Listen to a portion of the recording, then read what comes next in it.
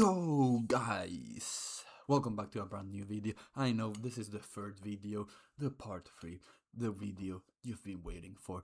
And yes, now in today's video is gonna be a bit more exciting because we're gonna see stuff that are more for the real world, if you know what I'm saying.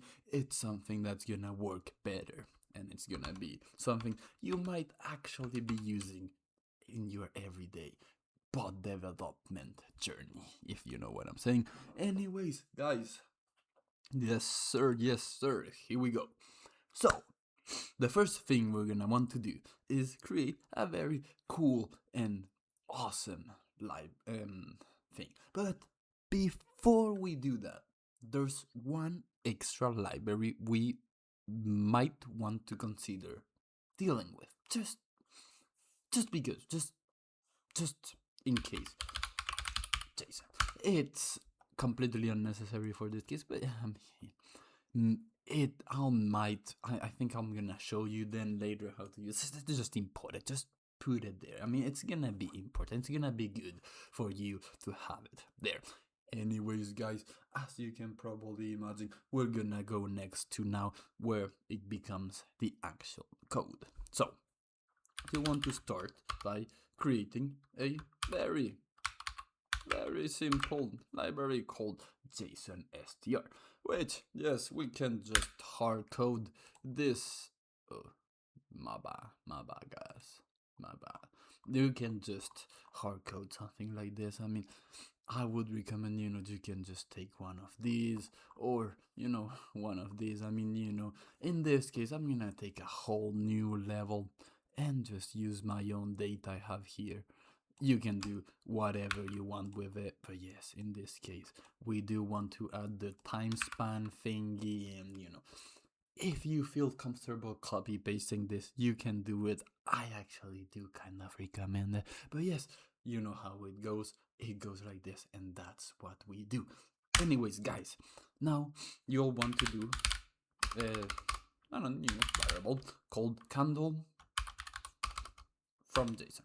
Exactly this code. You want to do candle, the candle class, yes sir, from JSON str. Yes, that's exactly what we do, and that's what we do. I mean, that's the way it works, and yes, we are so good at this. Yes, anyways, now we just want to print. We can just print. Just we want to see candle from JSON because that's who we are, dude. And we don't trust anything in this world, so if you can probably imagine, we're just gonna say candle, then candle from JSON, because that's the way we do it. And yes, wait, and it's here. My bad, guys, again, my bad. And yes, now we just wanna print close equals yes, exactly this. My bad, God, that's exactly what. Okay, anyways, now we just want to print some extra information because that's who we are, and we can do this. I mean, we're just gonna print yes, and the representations, if you know what I mean. Anyways, guys, yes, we can just do this. Is exactly what we want to do, and now we can go ahead and execute this. Yes, and this is exactly what we wanted to do. Yes, guys, we are advancing. We are arriving to the good points in life, dude. Yes, exactly what I mean. Anyways, guys, now we're gonna need to deal with extra fields like timestamp that are accepted and stored but not directly accessible. Yes, guys, anyways, we're gonna start by doing some asserts because we like assert, am I right? I mean, that's who we are and that's the way it works, guys. Okay, anyways, you know how it goes. Anyways, you just wanna do candle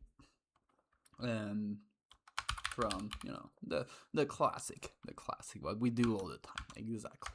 Then yes, then yes, then yes, then yes, then yes, and that's it. And that's all we do, and that's all we need to do. Just want to make sure, and of course it's gonna give error because we haven't really dealt with the timestamp before. I mean, with the timestamp before. So, you know, it's okay. It doesn't matter. You can just skip this line for now. It doesn't really matter. And yes, there we go. And we did this. So, that was for part 3, guys. I appreciate you guys a lot by watching these videos. You help us by watching the videos, and we get to help you guys. I mean, I don't know what you guys think of these videos. It's just we're trying to help you guys, and we're doing our best. So thank you very much for watching, and for Chipa's sake, my name is Vigo Walker, and see you in the next one.